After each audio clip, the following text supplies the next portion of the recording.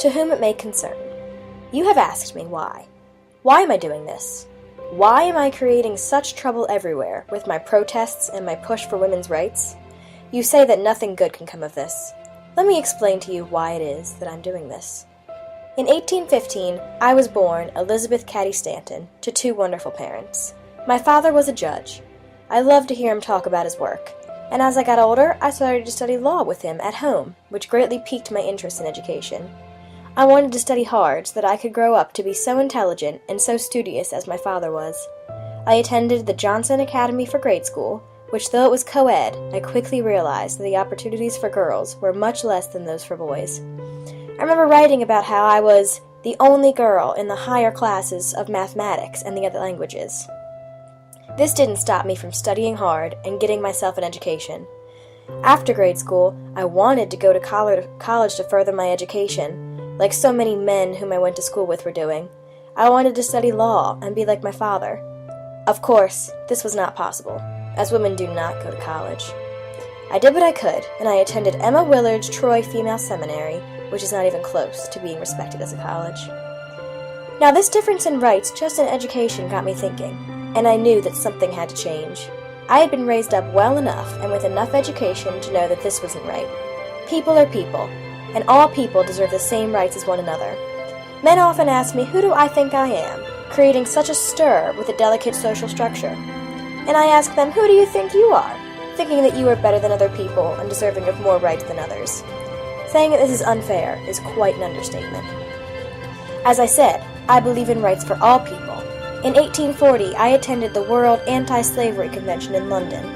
This opportunity was an incredibly eye-opening experience for me. I met so many incredible people and was so inspired to make a change.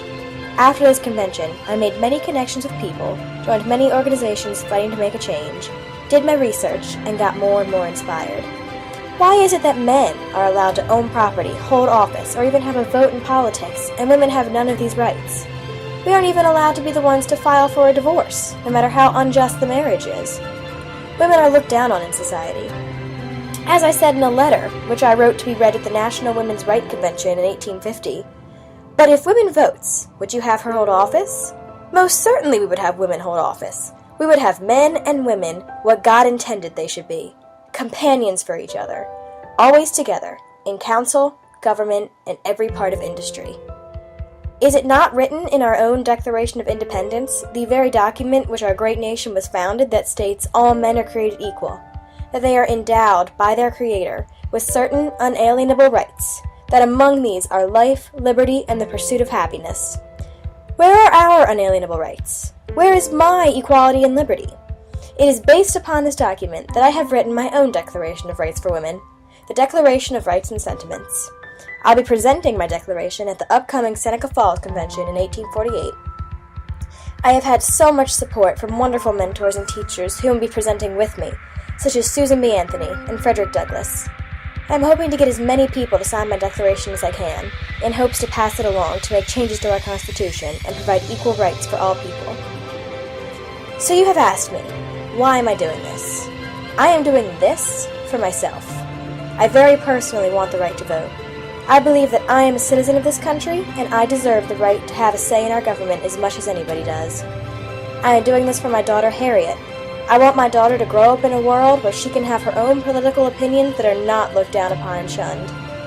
As she stands with me in my battle for equality, I want her to be able to see progress. She and her future daughters and their future daughters should not have to live in a world where they are all related more to as objects than as people. I am doing this for all women in these United States. I pray that one day women will be treated with as much equality as anybody. One day we might see women with equal or even higher educations than men. We will see women who can be doctors, lawyers, and other scholars graduating from college.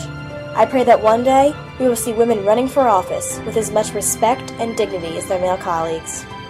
One day we will see women flooding the polls to cast their votes for what they think is right. And until that day, I will continue to fight and to do what I can to make my dreams and the dreams of women everywhere a reality.